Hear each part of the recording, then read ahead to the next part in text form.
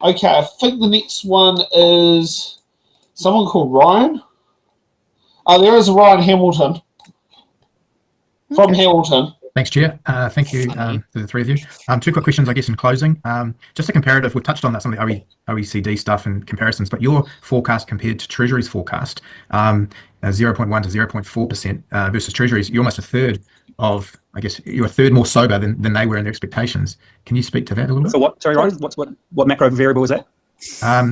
In the Treasury's forecast, you in years 25, 26, and 27, you were forecasting sort of 0.1 to 0.4% growth versus what they were getting up to is 1.2%, which is still quite, I guess, low growth rates. But your forecast was even. Yeah, I think you're talking about Treasury budget forecast, which have been a little bit above where the Reserve Bank has seen economic growth. There was a speech last week by Dominic Stevens, which sort of cast some doubt on those Treasury forecasts. I don't think they've been formally incorporated into their publicly available projections yet, but I think that's consistent with Treasury sort of coming, I mean, you use the word sober, coming towards a more sober assessment of growth prospects in this economy. Okay. Look, at the risk of saying something a little bit political, you can respond purely with the data. But in terms of the productivity, there was a lot of commentary earlier about a very low productivity compared to overseas. Wouldn't it be fair to say with growth rate of sort of 30% plus into government departments and now a bit of a reset there, potentially it takes one working citizen to pay through their tax for the expense of that worker. Isn't it only natural now we're going to have a massive reset given we've A, reduced a lot of that government expenditure, and B, we've had such a growth in that government, even with respect within your own department in comms and things like that, that it's going to have an impact on the productivity, and it's going to take a long time to undo that. I'm going to public sector productivity is a key issue for this economy, for any economy that doesn't get talked about enough. It's one of the many, improving public sector productivity is one of the many things we need to do to lift our aggregate productivity performance. So that's about getting more, for less across the public sector. But it's not the only thing. So productivity more generally, and it doesn't matter whether you're talking about public or private sector, because private sector productivity needs to improve substantially as well, is all about getting right access to capital coming in, faster adoption of technology, and investing in R&D and innovation, getting your education settings right. These are all things that actually don't sit within the wheelhouse of monetary policy. They are firmly in the wheelhouse of businesses and the government to take actions, and quite frankly, New Zealanders in the way that we do things, the way that we invest, whether it's into a house or whether it's into something which is more productive. These are the things that need to be talked about and thought about more broadly. It is not just a public sector; it is a total economy story. No, thank you. I'll take it as confirmation we're on the right track. Thank you, and thank you very much. Just one comment from me, / question. You touched on that just before, Paul. Dominic Stevens gave a speech last week.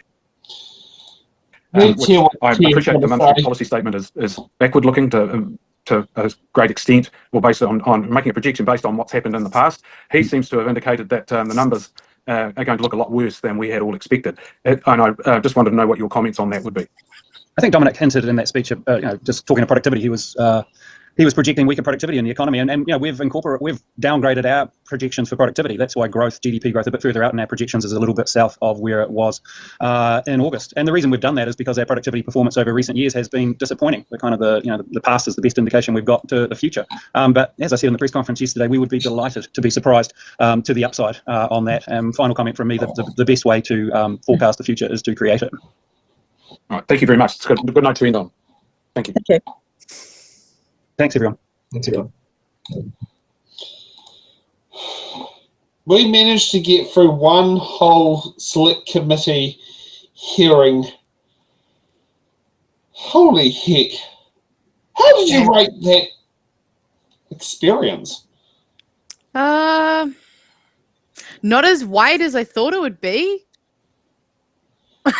Yeah, I don't know. Not as rich, white, and privileged as I expected, which was fucking nice.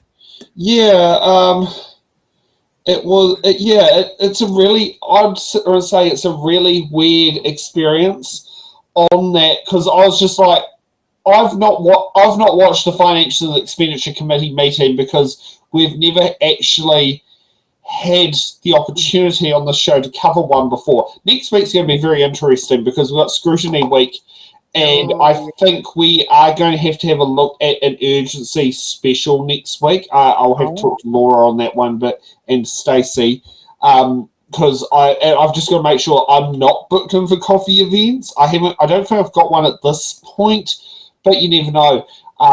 Because I do take the money when I need it because I need to pay my bills. In this economy, And does this government?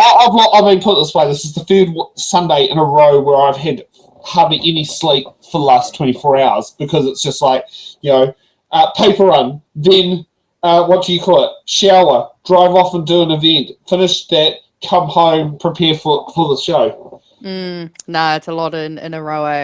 And I mean, yeah, it's going through there. Okay, let's get to the disputes tribunal. I'm going to quickly grab a hoodie, though, because it's getting a little bit chilly now the sun's gone down. Oh, fair enough. See, I'm baking in my room, so yeah. Oh, it's just now that the sun's gone. It's actually not that cold. Do you face south? No, does your window face east or face west? That's a really good question. I've never actually checked. And now I want to know, and I'm going to open my compass. Oh, okay, yeah. Because now I'm really I'm on the western side of the house, so I've got the hottest room on the third floor of my place. All right. Yeah. Okay, so, my window is east facing. Oh, that probably explains why there's a hell of a lot. Whereas I've had to have my blind like.